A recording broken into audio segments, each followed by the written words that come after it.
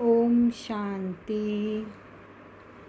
आज 25/4/2025 की प्रातः मुरली बाप दादा मधुबन से बोले। मीठे बच्चे जी बाबा, बाप की श्रीमत तुम्हें सदा सुखी बनाने वाली है, इसीलिए देहधारियों की मत छोड़ एक बाप की श्रीमत पर चलो। बाबा ने हमें क्या डायरेक्शन दिया? बाबा कहे कि देहधारियों की मत।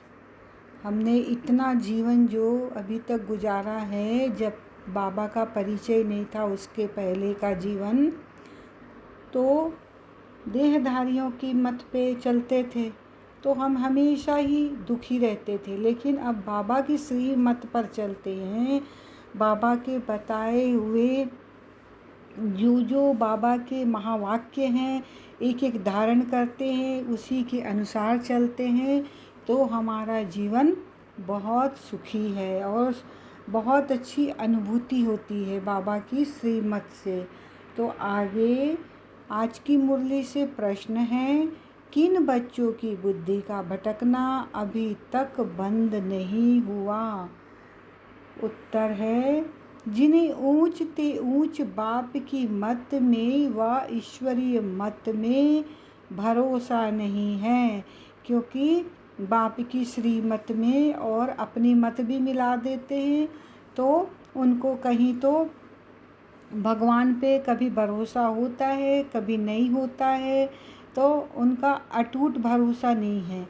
तो अटूट भरोसा नहीं है तो वो क्या होता है, वो इंसान हमेशा दुखी रहता है और वो भटकता रहता है हमेशा। उनका भटकना अभी तक बंद नहीं हुआ।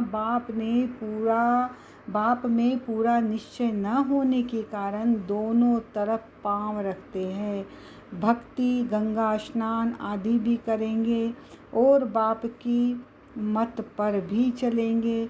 ऐसे बच्चों का क्या हाल होगा? श्री मत पर पूरा नहीं चलते, इसीलिए धक्का खाते हैं, क्योंकि कहीं एक सही ठिकाना नहीं मिलता, तो कभी इधर कभी उधर, ऐसे में दो नाव की सवारी करते हैं। तो उसमें क्या होता है कि कहीं एक स्थायी जिस पर भरोसा हो, बस आगे पीछे सब मेरा वो ही है, तो ये निश्चय ना होने के कारण वो फिर धक्का खाते हैं। तो आज की मुरली से गीत बजा है, इस पाप की दुनिया से। ओम शांति। बच्चों ने यह भक्तों का गीत सुना। अभी तुम ऐसे नहीं कहते हो, तुम जानते हो हमको ऊंच ते ऊंच बाप मिला है, वह एक ही ऊंच ते ऊंच है। बाकी जो भी इस समय के मनुष्य मात्र हैं, सब नीच ते नीच हैं। ऊंच ते ऊंच मनुष्य भी भारत में ये देवी देवताएं ही थे। उन्हों की महिमा है सर्वगुण संपन्न। अब मनुष्यों को यह पता नहीं कि इन देवताओं को इतना ऊंच किसने बनाया। अभी तो बिल्कुल ही पतित हो पड़े हैं। बाप है ऊंच ते ऊंच, साधु संत आदि सब उनकी साधना करते हैं। ऐसे साधुओं पिछाड़ी मनुष्य आधा कल्प भटके हैं। अभी तुम जानते हो बाप आया हुआ है, हम बाप के पास जाते हैं, वह हमको श्रीमत देकर श्रेष्ठ ते श्रेष्ठ सदा सुखी बनाते हैं। रावण की मत पर तुम कितने तुच्छ बुद्धि बने हो।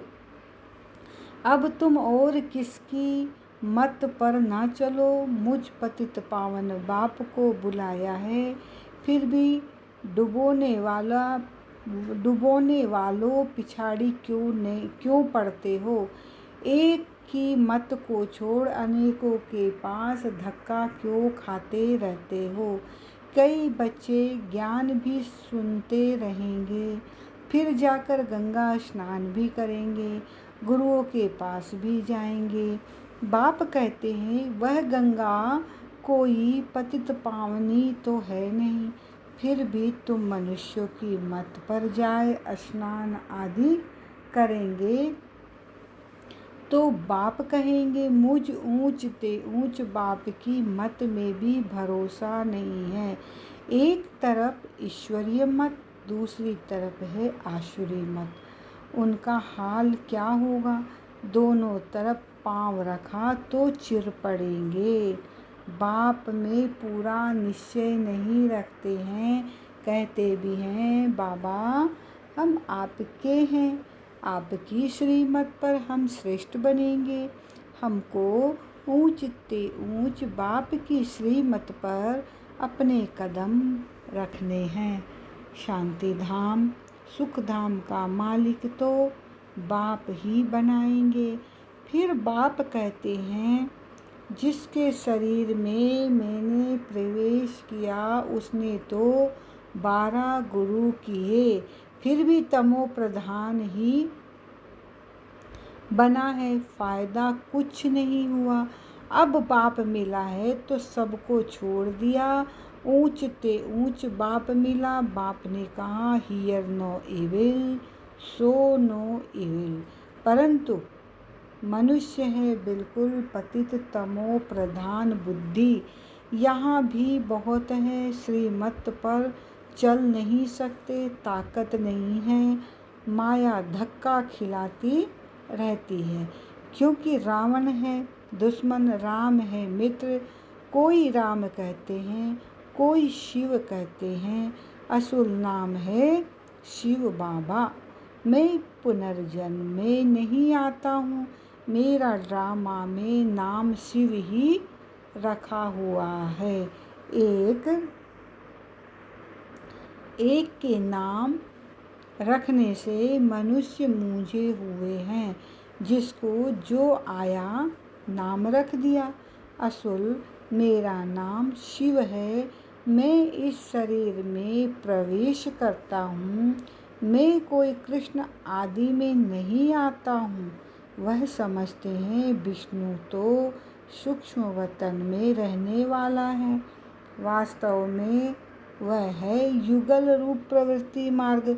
बाकी 4 भुजा कोई होती नहीं है। 4 भुजा माना प्रवृत्ति मार्ग, 2 भुजा है निवृत्ति मार्ग। बाप ने प्रवृत्ति मार्ग का धर्म स्थापन किया है। सन्यासी निवृत्ति मार्ग के हैं।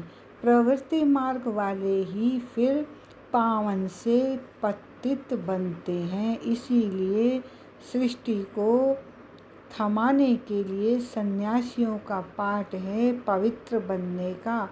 वह भी लाखों करोड़ों हैं। मेला जब लगता है तो बहुत आते हैं। वह खाना पकाते नहीं, गृहस्थियों की पालना पर चलते हैं। कर्म संन्यास किया, फिर भोजन कहाँ से खाए? तो गृहस्थियों से खाते हैं। गृहस्थी लोग समझते हैं यह भी हमारा दान हुआ, यह भी पुजारी पतित था, फिर अभी श्रीमत पर चल पावन बन रहे हैं। बाप से वर्षा लेने का पुरुषार्थ कर रहे हैं। तब कहते हैं फॉलो फादर।